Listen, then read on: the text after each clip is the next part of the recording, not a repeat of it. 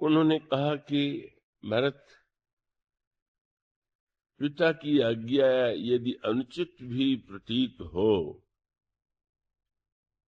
तो व्यक्ति विचार छोड़ करके पिता की आज्ञा का पालन करना चाहिए।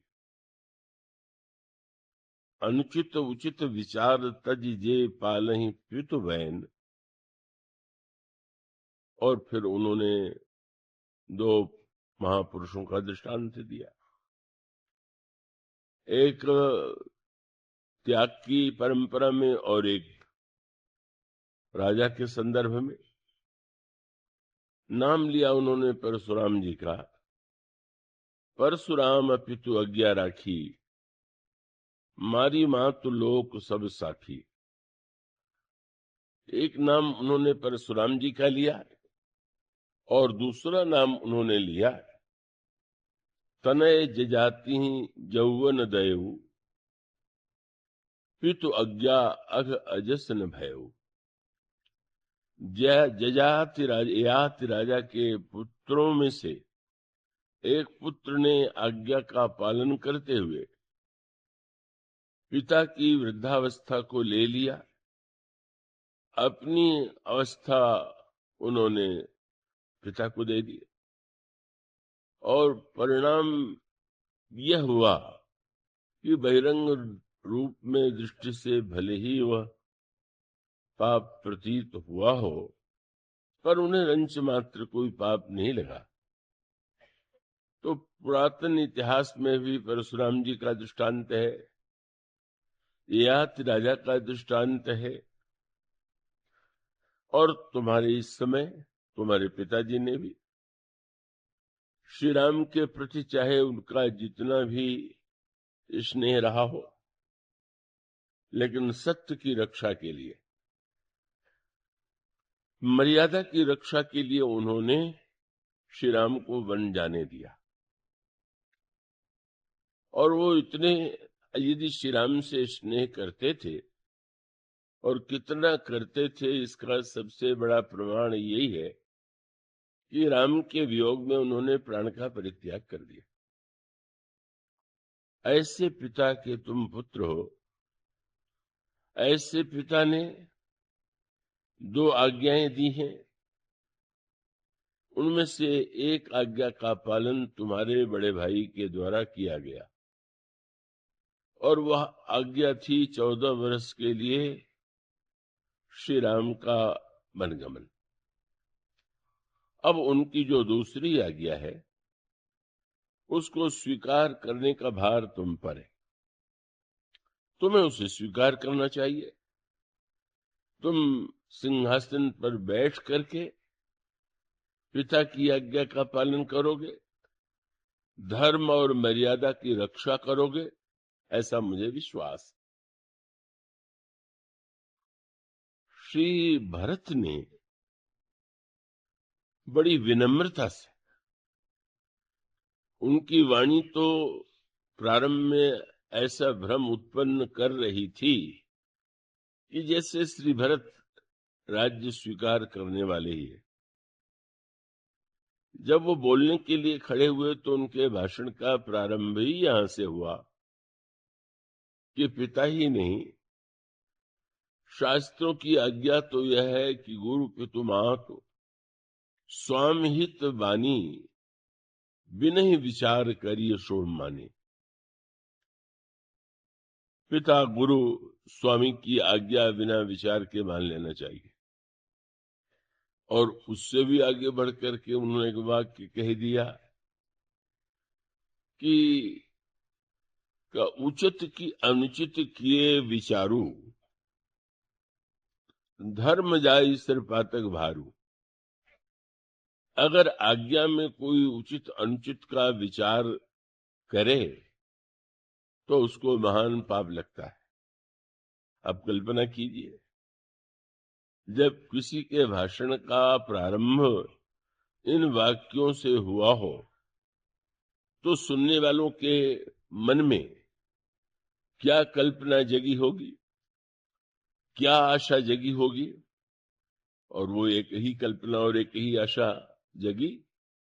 और यह है कि बहुधा सदा ही ये परंपरा है कि जब किसी व्यक्ति को कोई पद दिया जाता है तो भले ही वो पद उसकी इच्छा के अनुकूल हो, लेकिन वो एक औपचारिक रूप में बहुधा ये वाक्य बोला जाता है कि मैं तो इस पद के योग्य नहीं हूं, अथवा मैं इस पद को चाहता भी नहीं, पर अब आप सबकी आज्ञा में कैसे टालूं, इसलिए आपकी आज्ञा की पाके पालन के लिए मैं इसको स्वीकार करता हूं। तो जब श्री भरत ने ऐसे वाक्य कह दिए तो लोगों को निश्चित विश्वास हो गया कि श्री भरत आगे यही कहने वाले हैं कि मैं तो राज्य नहीं चाहता था, लेकिन अब जहां पिता का आदेश है, गुरुदेव कह रहे हैं और सारी प्रजा चाहती है, तो मैं राज सिंहासन को स्वीकार करता हूं। किंतु विचित्र सी बात हुई, लोग आश्चर्यचकित हो गए उनके भाषण का प्रारंभ, और फिर जब वे भाषण के बाद बोलने लगे तो ऐसा लगा कि जो कुछ भूमिका में कहा जा रहा था वो तो श्री भरत कहीं से स्वीकार नहीं करते, और सचमुच उन्होंने राज सिंहासन पर बैठना नहीं स्वीकार किया। पिता की आज्ञा की दुहाई दी गई तो भी नहीं स्वीकार किया, गुरु वशिष्ठ का आदेश था तो भी नहीं स्वीकार किया, और यह भी कहा गया कि श्री राम भी इससे प्रसन्न होंगे तो भी श्री भरत ने स्वीकार नहीं किया। कैसे अद्भुत पात्र श्री भरत हैं, कितने विनम्र, कितने कोमल, पर कितने कठोर। वाणी में कोमलता है, वाक्यों में विनम्रता है, लेकिन सिद्धांत पर उनकी ऐसी अविचल आस्था है कि श्री भरत उसमें ऐसे अडिग हैं कि किसी की वाणी, किसी की आज्ञा का नाम उन्हें प्रेरित नहीं कर पाया।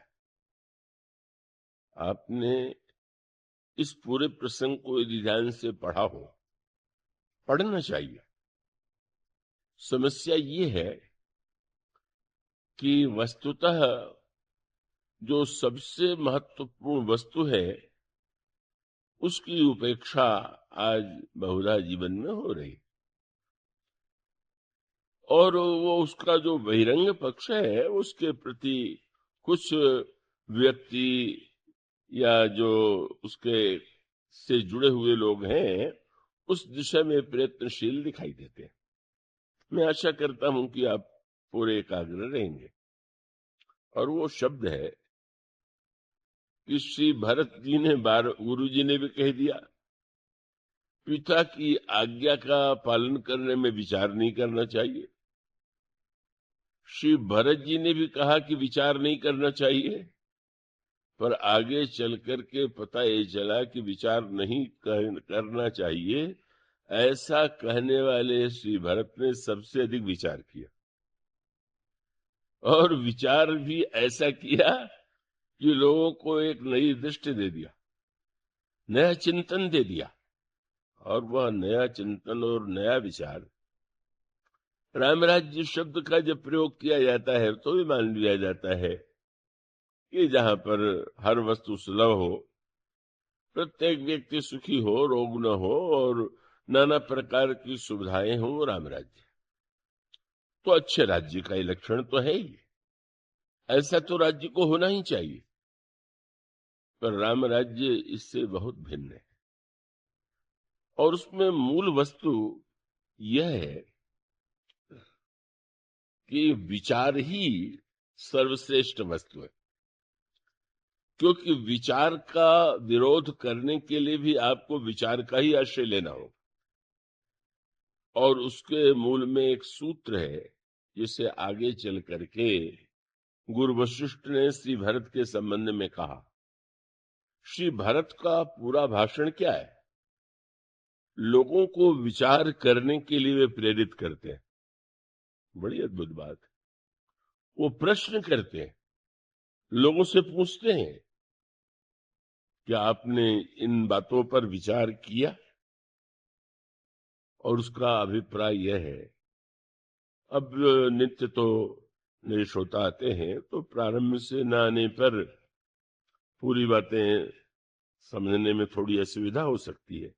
मैं चेष्टा करूंगा कि वो बातें भी आपके ध्यान में आ सके।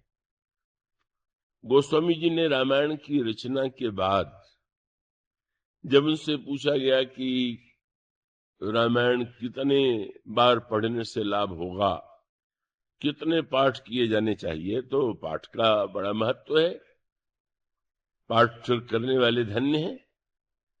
पर गोस्वामी जी ने कहा कि मनुष्य के कल्याण के लिए तो 5-7 चौपाइयां भी बहुत,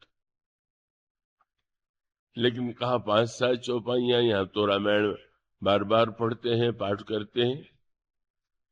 पर आप जो कहते हैं वैसा तो कुछ जीवन में परिवर्तन नहीं दिखाई देता। और तब गोस्वामी जी ने जो वाक्य कहा, वो शब्द इतने महत्व का है कि उसकी महिमा को आप समझने की चेष्टा करें। गोस्वामी जी कहते हैं, सतपंच चौपाई मनोहर जान। केवल पढ़ना नहीं है, उसको जानना है।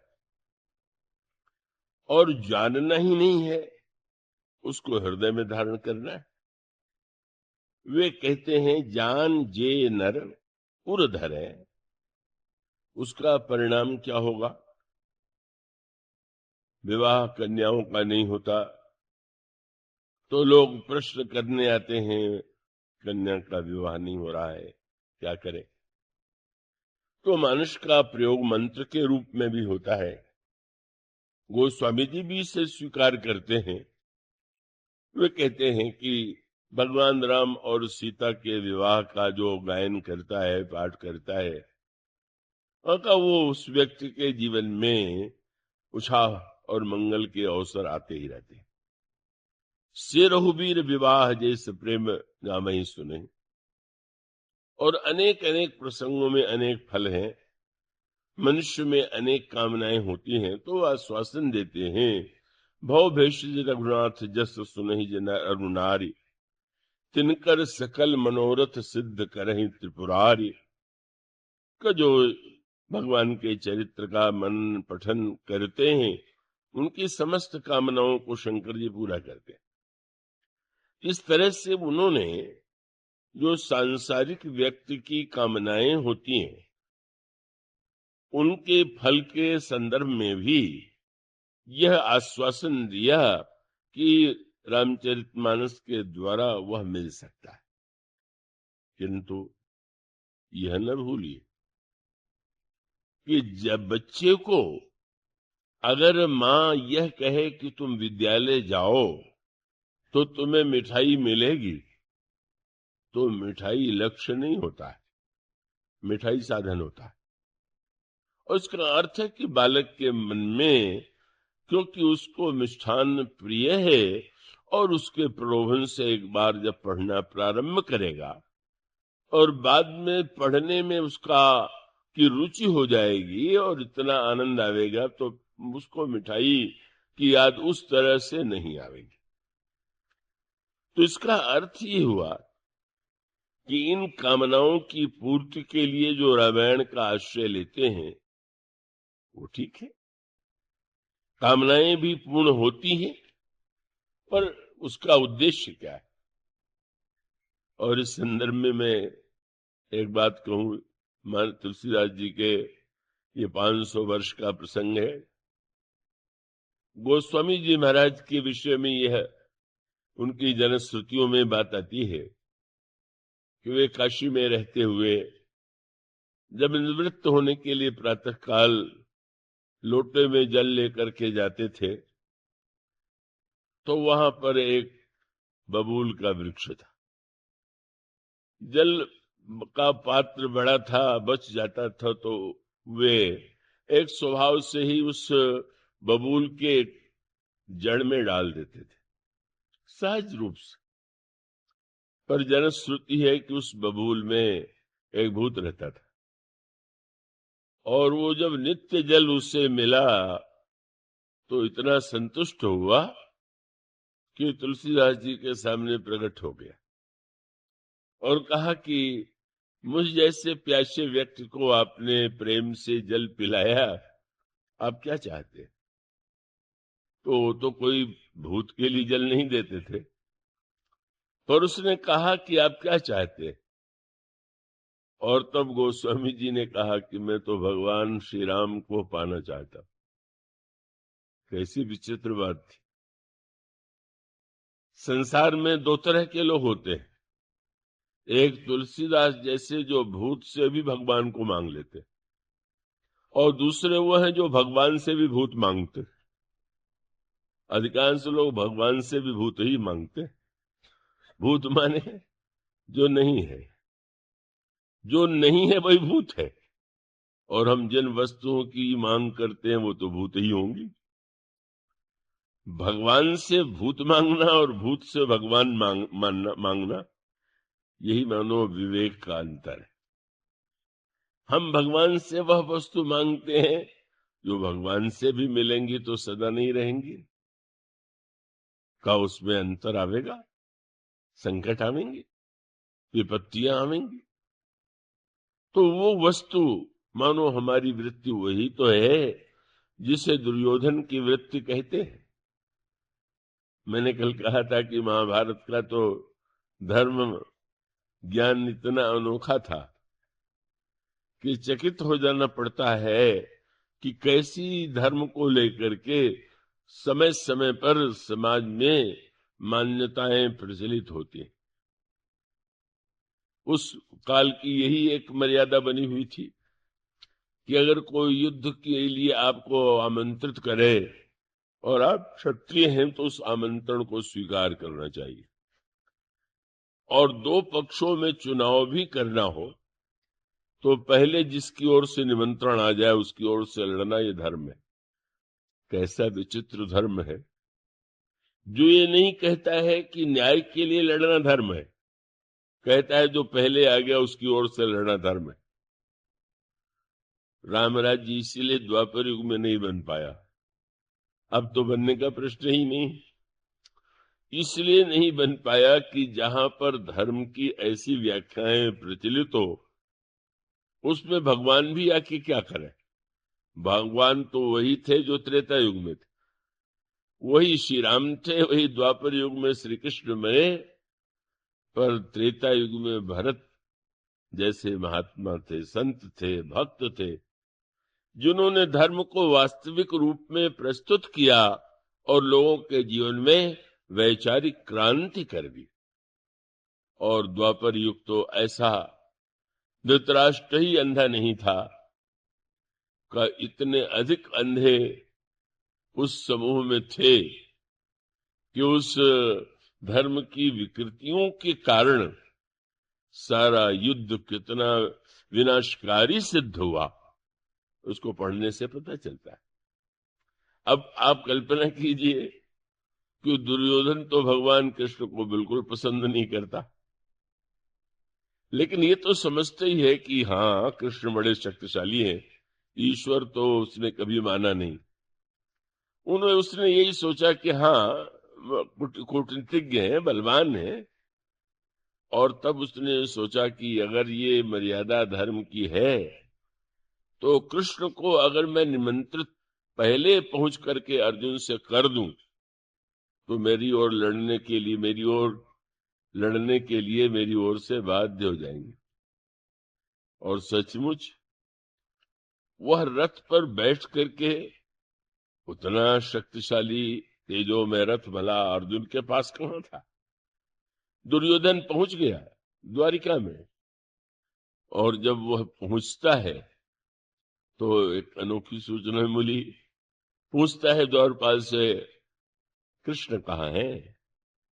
द्वारपाल ने कहा वो तो सो रहे हैं। एक यह प्रतीकात्मक उत्तर, सांकेतिक उत्तर है। भगवान सो रहे हैं कि भगवान जग रहे हैं? सोने और जगने का अर्थ ये हुआ, आप जीवन में भी अनुभव करें, कथा में आप आए हैं, अगर सो रहे हैं तो आपको तो कुछ नहीं सुनाई दे रहा। इसका अर्थ है कि सोने वाला व्यक्ति कुछ नहीं सुनता, कुछ नहीं देखता। मानो भगवान जब दुर्योधन के आने की बात है तो ईश्वर तो जानता है कि क्या होने जा रहा है, और वो सीधे समाज की धारणाओं को नकार नहीं सकते, अस्वीकार नहीं कर सकते, क्योंकि यदुवंश में है, यदुवंश की मान्यताएं हैं। और इतना ही नहीं, यदुवंशियों में अधिकांश व्यक्तियों की सहानुभूति दुर्योधन के साथ, और केवल यदुवंशियों की ही नहीं, स्वयं भगवान कृष्ण के बड़े भ्राता बलराम भी मन से दुर्योधन को ही अधिक पसंद करते। क्या रामायण काल में इसकी आप कल्पना कर सकते हैं कि लक्ष्मण जी किसी ऐसे व्यक्ति को अच्छा समझते हो जो श्री राम को प्रिय हो? मानो वो द्वापर युग का एक ऐसा विलक्षण का वो दुर्योधन के पास ऐसी कूटनीति थी, ऐसा कौशल था। उस समय भगवान कृष्ण वह मारे निकालते हैं